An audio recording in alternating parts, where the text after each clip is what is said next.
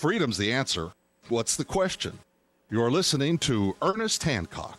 Oh, that so sucks. I had the music already and it didn't play. This is, I'm going to get this dang thing. Come on, man, go for it. There it is. Children, I'm sorry to leave you this world in a state of disaster. It was given to me in a similar state, but I woke up so late in the game.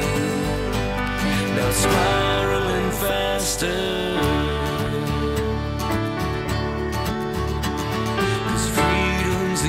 So what is the question?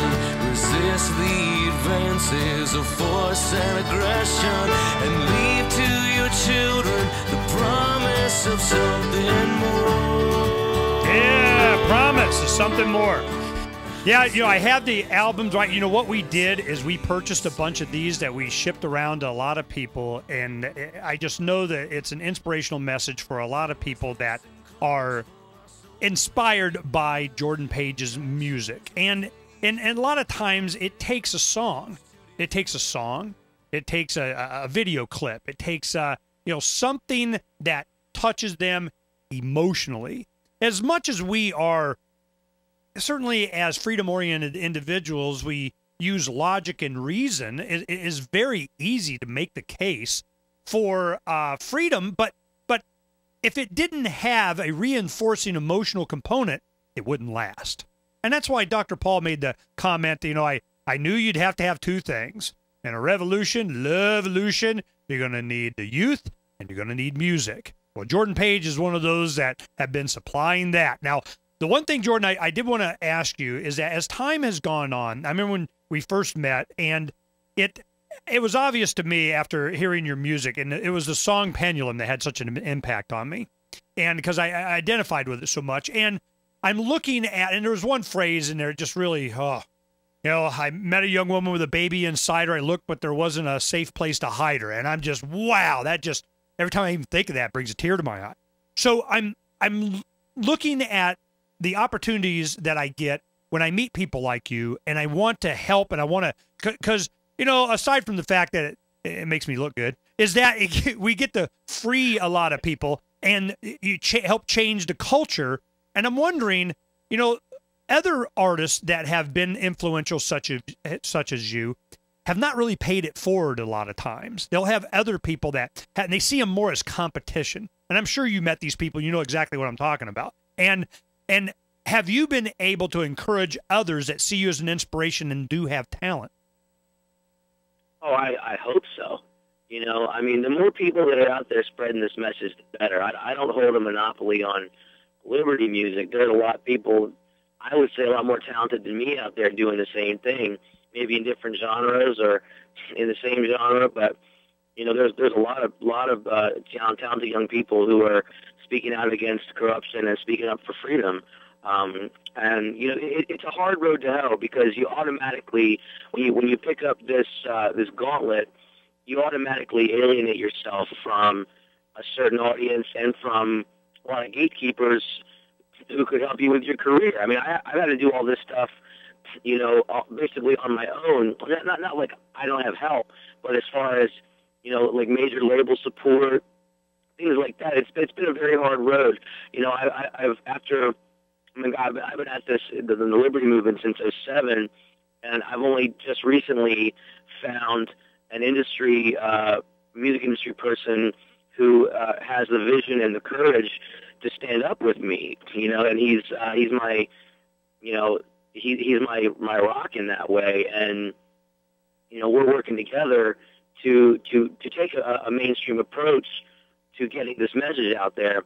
And your question was about inspiring other people, and I'm trying to kind of pave a road here that other people can walk on. I started Revolution Records last year, and with the success of this album and with the things that we're trying to do right now, hopefully in the next 3 years we might be able to sign some other artists. Yeah, you're starting your own album, Motown Records for freedom.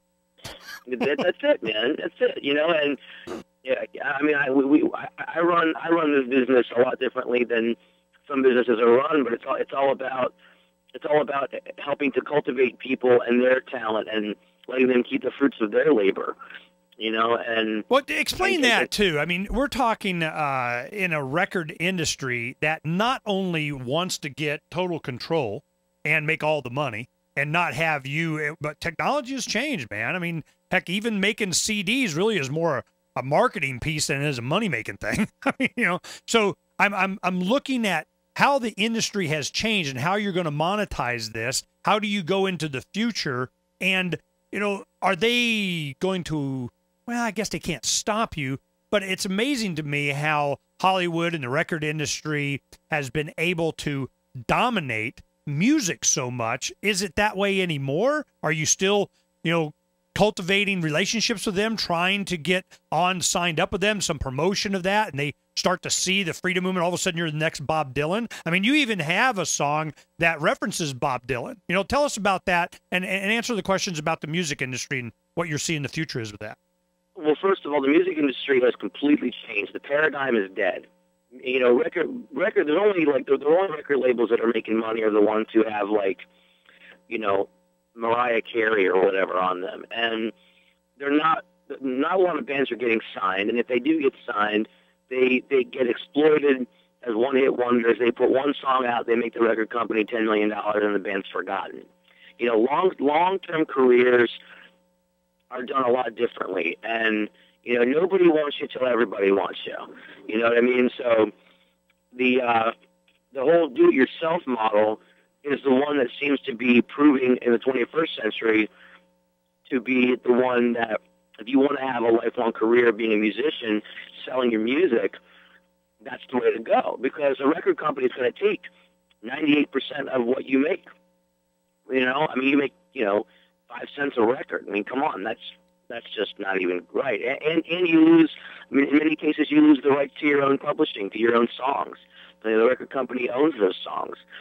So, you know, I own the rights to all my material, and if and when, you know, a song or an album or you know, whatever becomes widespread and popular, you know, I reap the benefits of that myself, and I don't have to share it with some big conglomerate corporation, essentially. And plus, the other problem with the larger labels is that they ultimately end up controlling the message because they're paying for it. And I think that's a big reason why I was turned down by a lot of them. You know, I had a manager years ago who shot me to a lot of big labels, and they unilaterally thought I was great. They loved the guitar work, they loved the voice, the lyrics, everything. But the problem that they saw was that they were scared of the message and they couldn't sell it. And I think that's a tremendous lack of vision, because there's a huge niche market for this, number one. And then number two, half of this country, at least half of this country, is completely pissed off with the way things are going. More than half, I would say. And my music speaks truth to power to that effect. Hey, Jordan, can you go another segment? Sure, yeah. Yeah, let's go ahead and do that. I want to talk more about this segment of society and the marketability of it, and why I think the bad guys want to be perceived as good guys because they want to make money. And if Jordan do it for them, cool. Can we all benefit from it? We're going to talk about it more when we come back here on Declare Your Independence in just a little bit.